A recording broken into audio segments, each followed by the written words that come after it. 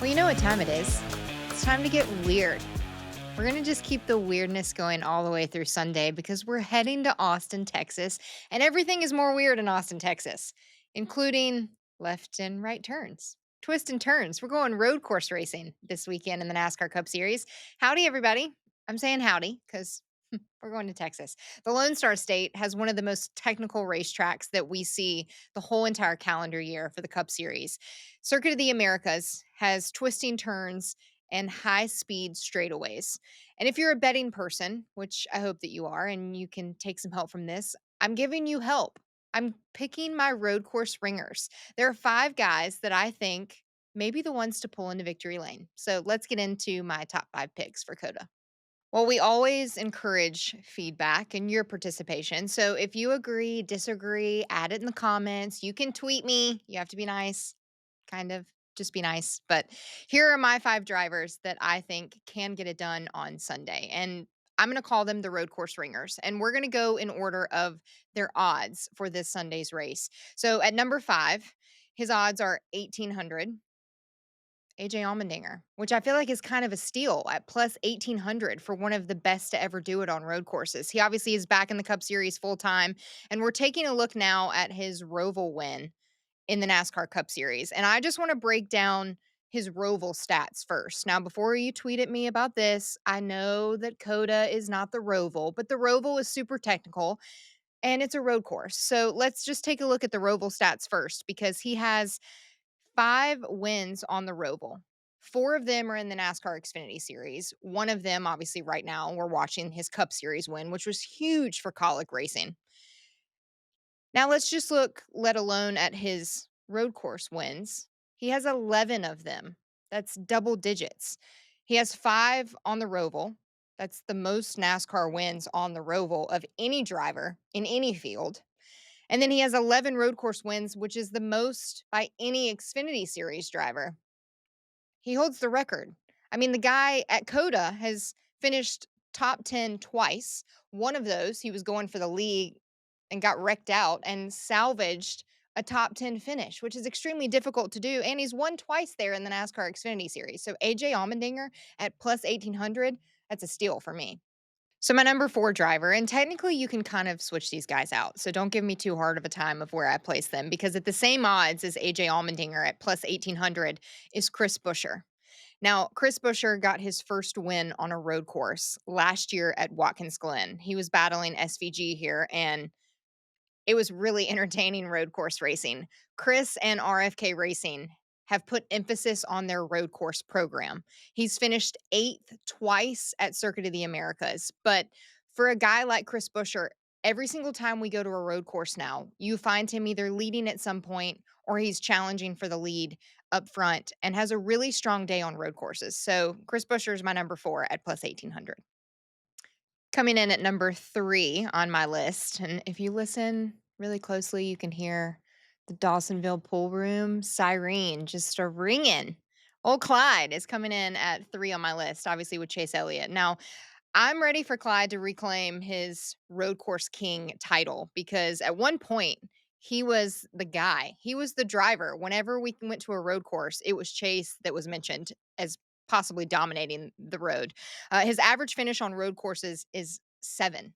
He has 2 wins at Watkins Glen, which was obviously his first win in the Cup Series there, 2 at the Charlotte Roval, and he won the inaugural race at COTA, which we saw the celebration. He was celebrating because there was a little bit of rain, so they had to celebrate indoors. But Chase Elliott, I need you to reclaim your crown. Let's get it back. And he's my third pick at plus 1,000 for this weekend at COTA.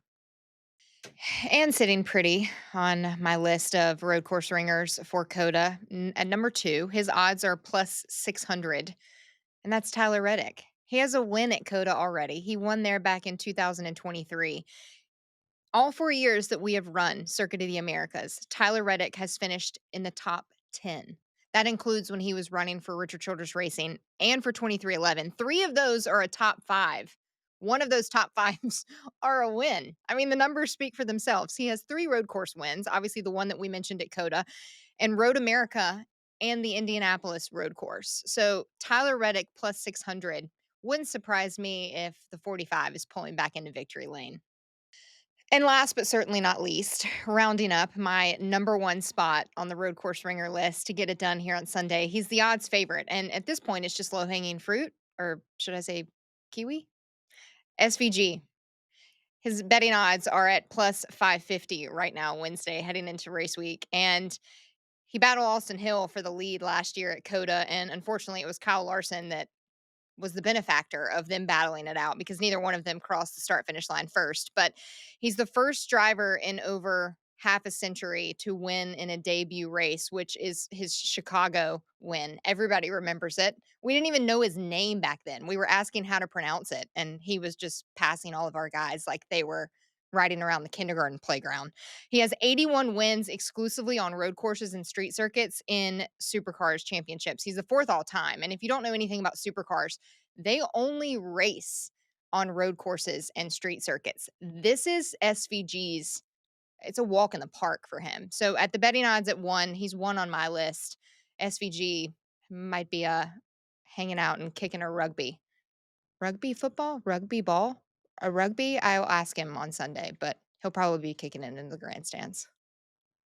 Now, because Austin makes the rules here, which we learned yesterday, Austin Matthews is our producer. He allowed me to have an honorable mention for this week. And I know you guys were probably thinking I was crazy because if you're looking at the entry list, there's a name there. It's the first time we've seen him in a Cup Series race. Not the first time we've seen him at COTA, though. Connor Zilic is making his debut. And if you want to check out his paint scheme, he already wins the weekend. He's in a Red Bull Trackhouse racing car. It is chef's kiss. It's the best.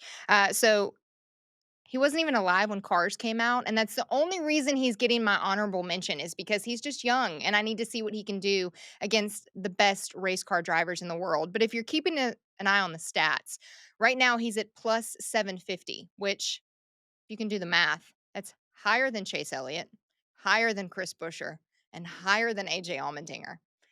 He also will be here tomorrow with Mama Smith, and he's going to talk COTA, his Cup Series debut. So you're going to want to tune in tomorrow to hear from the kid. But that does it for us on Wednesday. Happy Hump Day. It's time to eat all the tacos, shine up your cowboy boots, get the cowboy hats ready because we're just going to keep it carrying on from Wednesday. And then by Sunday, we'll be extra weird and ready for some road course racing. If you haven't already, subscribe on YouTube to NASCAR Daily, as well as wherever you get your podcast, and then tune in to all the NASCAR Daily hits on the NASCAR channel on Tubi. Bye, guys. Have fun.